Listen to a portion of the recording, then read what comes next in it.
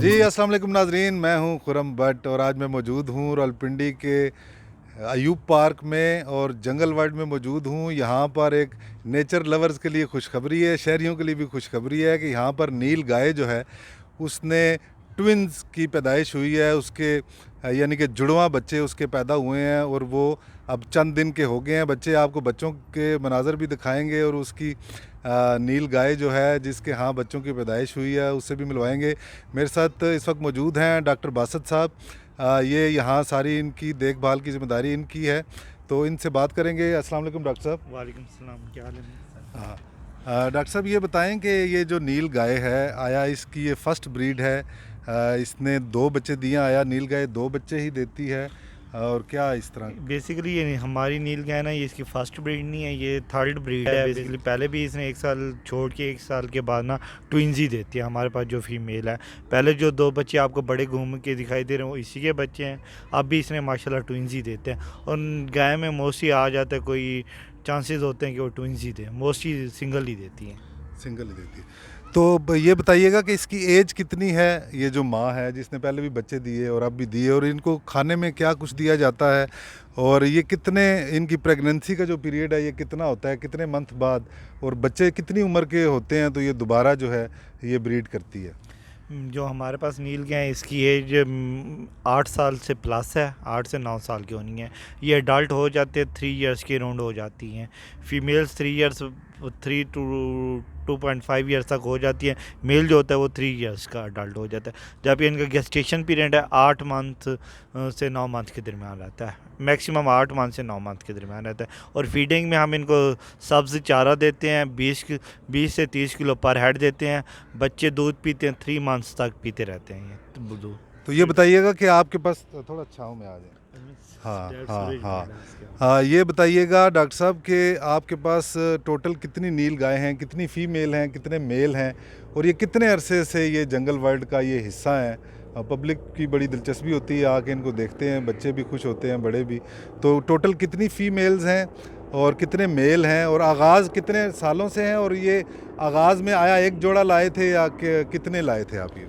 Basically आगाज़ में तो हमारे पास 2 पेयर थे और हमारे पास ये 15 साल से ज़्यादा से ही हमारे एरिया में 15 साल से ज़्यादा, और उनकी ब्रीड होती रही है। बच्चे जब हमारे पास सरप्लस होते हैं, मेल्स हम निकाल देते हैं, क्योंकि ये आपस में लड़ाई करते हैं, अपने नोकदर जो हांस हैं ना, दूसरे एनिमल्स को मार के ना डैमेज कर देते हैं, इसलिए हम मेल रेशियो कम रखते हैं। इस वक्त हमारे पास 2 मेल हैं, जिसमें से एक अडल्ट है, एक 1.5 साल का मेल है। जो अडल्ट मेल है उसकी अब ब्रीड ले रहे हैं, और फीमेल्स हमारे पास इस पर 3 है।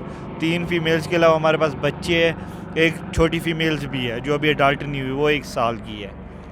अच्छा, तो आप कहते हैं कि उनको हम ट्रांसफ़र कर देते हैं, मेल वो किसी और ज़ू में भिजवा दिया जाता है या किसी और पोर्शन में भिजवा दिया जाता है? बेसिकली जिन जू के पास डेफिशिएंटी होती है ना, उनके साथ हम ये एक्सचेंज कर लेते हैं या हम उनको ना सेल आउट कर जाते हैं। मिल सरप्लस एनिमल हर जू ना एक्सचेंज या सेल कर देता है, क्योंकि सरप्लस एक जू में कैपेसिटी होती है ना कि कितने जानवर रखने हैं, कितने नहीं रखने। एक केज है ना कैप्टिविटी, ताकि ब्रीड भी प्रॉपर हो, एनिमल का नुकसान भी ना हो, और दूसरी बात एज भी एनिमल्स की देखी जाती है, उसके लिहाज से ना इस एनिमल को शिफ्ट और मूव्स करते रहते हैं। तो डॉक्टर साहब ये बताइएगा कि एक ब्रीडर पेयर जो है नील गाय का, इसकी क्या कीमत है मार्केट में?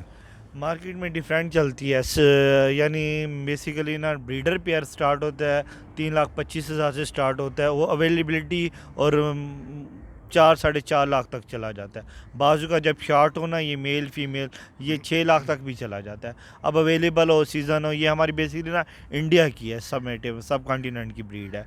ये थारे और इस एरिया में पाई जाती है, जिसकी वजह से इसके मेल के ना ब्लू कलर की वजह से इसको ना नील गाय कहते हैं। मेल में ना ब्लू की ना एक कलरेशन आती है उसकी वजह से। और ये एशिया का सबसे बड़ा एंटीलोप है, यानी हिरन की जो नस्ल आता है ना, उसमें अगर देखा जाए ना, हिरन एंटीलोप है बेसिकली, उसमें एशिया का जो सबसे बड़ा एंटीलोप है वो नील गाय है।